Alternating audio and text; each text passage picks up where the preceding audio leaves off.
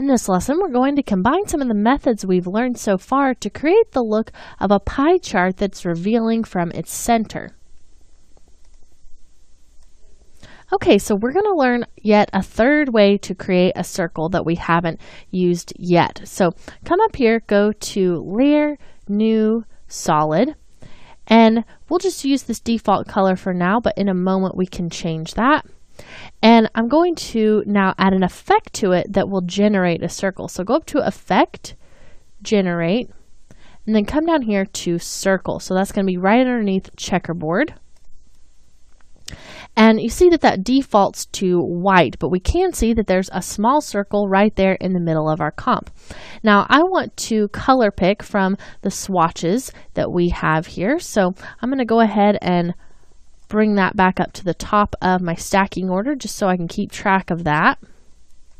And extend this out so it lasts the length of my comp. And we'll turn back on that eyeball just so we can see that a little bit better. And now with the solid that we used to create that, go ahead and color pick that red color just so that we can see this a little bit better than what we had with the white. Now I'm going to turn those swatches off for a moment. And now you can select this, and you may want to change the name of this to red circle or generated red circle, something like that. And that's just going to help you keep up with that layer a little bit better. And now, if we want to change the size of this circle, we have to do it through the effect settings up here for the effect controls. So come up there to where it says radius, and you can just kind of drag that out there. And I'm going to drag this up to about 240. So it's going to be a pretty large circle, maybe just right around there, 235. And you may ask yourself why we're creating a circle in this way instead of using the shape tool or masking a solid like we have earlier. And the reason is this automatically creates a circle that has a mathematically perfect center right in the middle of that circle. So the anchor point is automatically going to be right there. So it makes it really easy if you want to do rotation animation or the animation that we're about to add to this. So let me show you how to add this radial wipe. Now this is also going to be an effect that's added. So we'll come back up here, make sure you have red circle selected, go up to Effect, and it's going to be under Transition. So come down there to Transition, it's the third from the bottom, and then go down to Radial Wipe, which is the second from the bottom inside of that transition menu. And it doesn't add any keys for us automatically. We're going to have to add those here in a second. So if I just begin to kind of change this angle here and then change the transition, you're able to see how this kind of interacts together.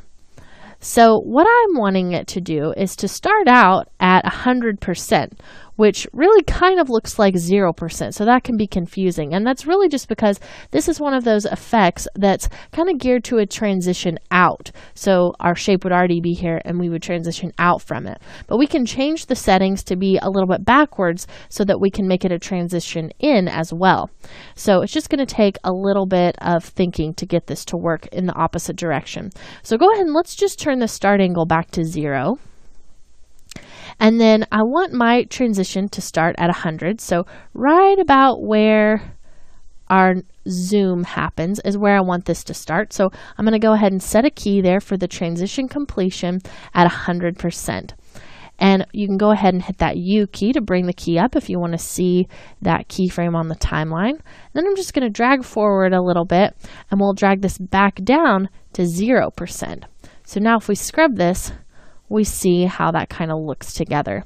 Now, I feel like it looks a little bit strange for this to be going counterclockwise, but it says that it's going clockwise here on our options. And the reason why is simply because we started at 100% and ended at 0.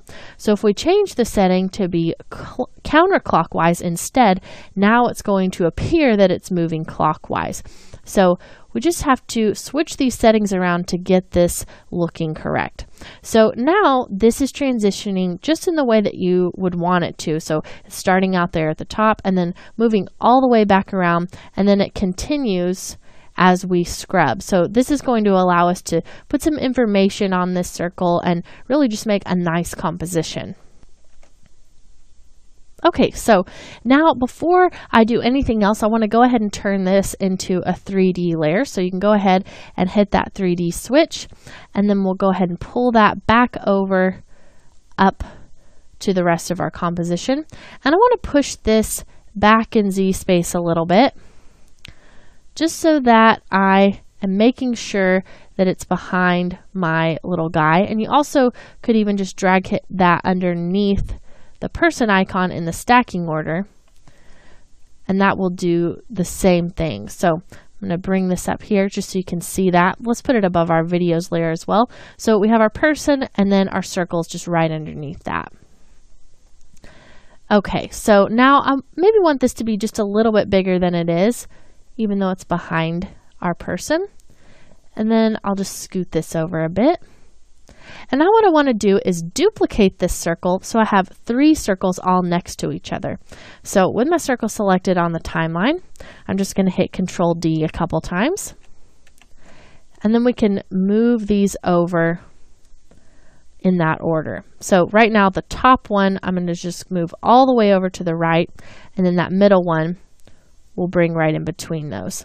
And now I want to kind of stagger their sizes a little bit so that they are going to be a little more contrasty. But right now it's kind of hard to see the outside edges of these since they're all the same color. So you can turn back on your swatches, and this middle one, let's go ahead and make more this yellow color.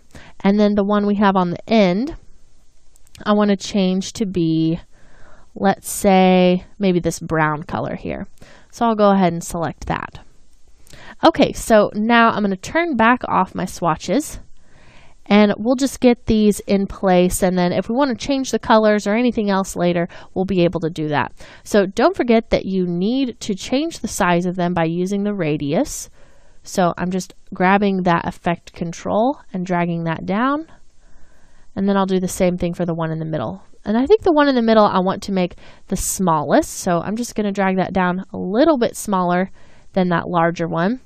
And I may even come back in and grab this first one and scoot it over out from behind our person just a little bit more, just so there's a little more overlap.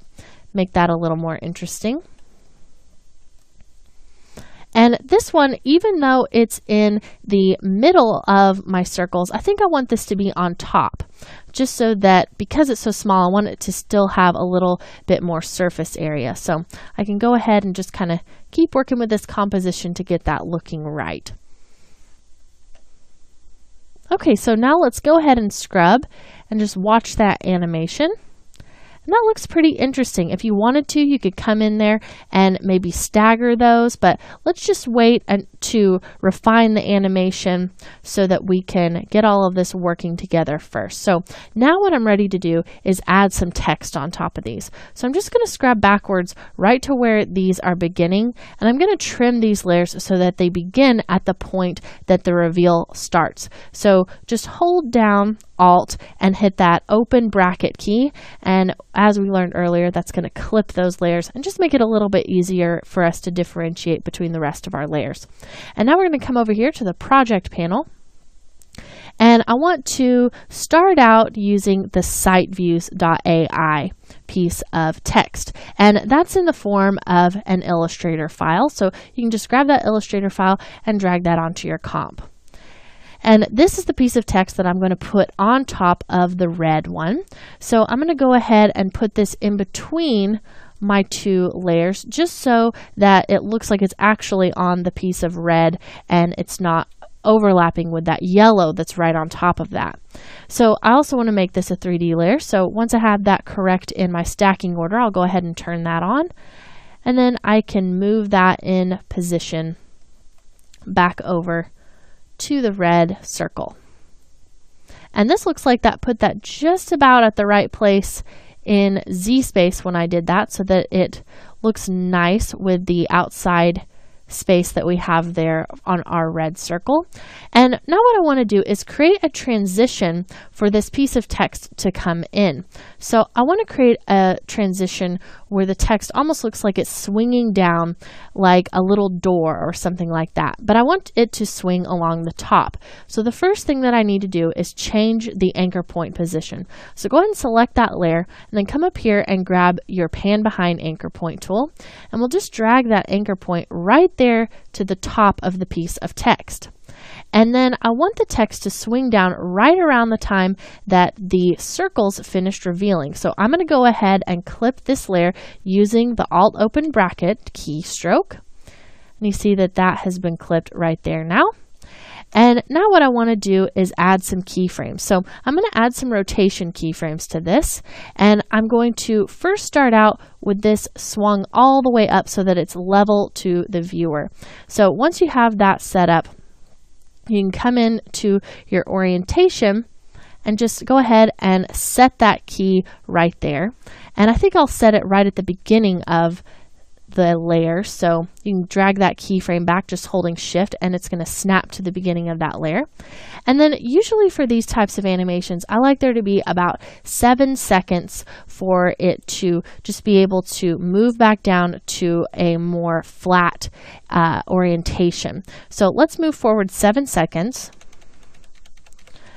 And then I just go ahead and put 0 back in for this value here. And then we can move forward again and we'll allow this to kind of swing backwards. Now we are having a little bit of a problem there because of the positioning of our red circle. So we can take care of that in a moment, but for now, just go ahead and solo the layer that you're looking at so that we can go ahead and get our animation finished up. Now I'm going to go ahead and turn this orientation up to about 30 degrees. So I'll just type that in here. And you may not want to have this extra keyframe in here where it hits 0 just so that that remains a little more consistent. So if you don't want to have that key, you can grab your third keyframe and just drag it right on top of the key and it's going to overwrite that key. So now we have an animation that looks a little bit like that. And then I just start kind of dividing this down. So I'm going to move forward just about 5 keys there and then divide the orientation degrees in half. So if we're at 30, I'm going to change this to 15, but it needs to be -15 so that it swings the other way. So go ahead and type in -15 there instead of 30. And you'll see that this causes that to swing forward. And then we'll just scoot forward just about 5 more frames, and then we can change that to 7. And this time it's going to be a +7 instead of 14. So if you can't perfectly divide that, I just usually round it up to the next number. So then we can go forward a little bit more, and we'll do a -3 here. And then that's really just about right. If you want to go forward 5 more and then you can put a 0. So that's going to bring you back to a perfectly flat animation. So what we've done is we've just added some follow through to this kind of a swinging door animation. It just looks a little more realistic with these last few keyframes there at the end of that animation. And if you really want to make this look a little more realistic, you can select all the keyframes and then go up there to your animation menu, go to Keyframe Assistant and turn on Easy Ease. And that's just going to give you a little bit more of a realistic ease in and out of those keyframes. Okay, so now that we've finished our animation, we need to unsolo our layer. So you can just come over here and check off this solo switch.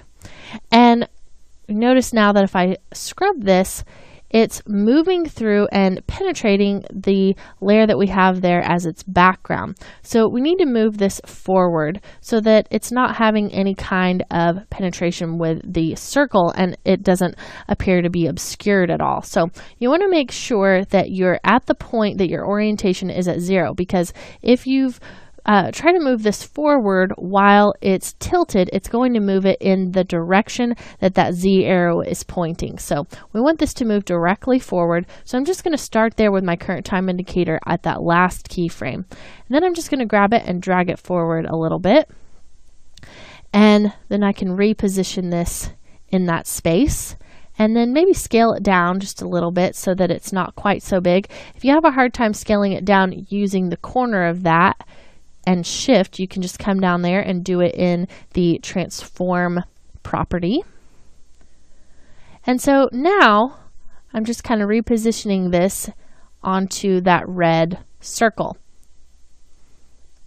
Okay, so a little bit of a problem that we're going to have now is that this is going to be behind the yellow circle if we continue to try to make this not be penetrating with the red part. So now if I scrub it, you'll notice that we don't have that problem with the red, but the yellow doesn't look like it's in place. So I'm just going to grab this yellow circle and bring it forward a little bit. And then I can also put this on top of the piece of text. So go ahead and continue to drag this forward until that text is obscured. And then if you feel like it's too big, you can just scale it back down to kind of get that composition back that we had earlier. So now I'm able to read my text, and if I scrub this animation, it's not creating any kind of a strange penetration with the red solid. Okay, so now what I want to do is go ahead and do this for two other pieces of text that are going to fit on top of these other circles. And the easiest way for me to do that is simply to copy and replace the piece of text that we've already animated. So to do that, I'm just going to go ahead and select that piece of Site Views text there. And we'll just hit Control D to duplicate that a couple times. And then I'll drag this one above each of those circles just so that they're staggered in between there. And then let's go ahead and move them so that we're able to reposition those. Okay, so it looks like the one that's going to correspond with our yellow definitely needs to be moved forward. So you can just go ahead and do that, and then scale that down a little bit if you need to. And in a moment, we're going to replace these files just like we learned a few lessons ago how to replace those. So it's going to be easy to adjust the scale of those at that point. So we just want to scrub and make sure that these are not going to penetrate with the solids we have behind them. It looks like the yellow one is doing that just a little bit. So I'm going to scrub forward and move this one forward just a little bit more. And that looks a little bit better.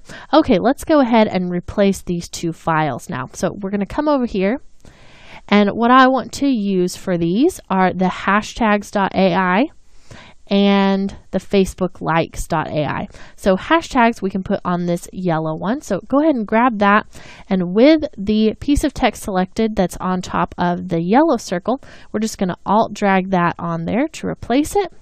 And then we'll do the same thing for the other piece of text with the Facebook likes. So select the Site Views text that's there at the top and alt drag onto that piece of text.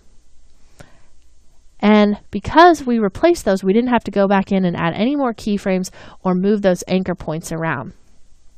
So now all you have to do is come in here and scale these back a little bit so that they fit a little bit better on these solids that we've created.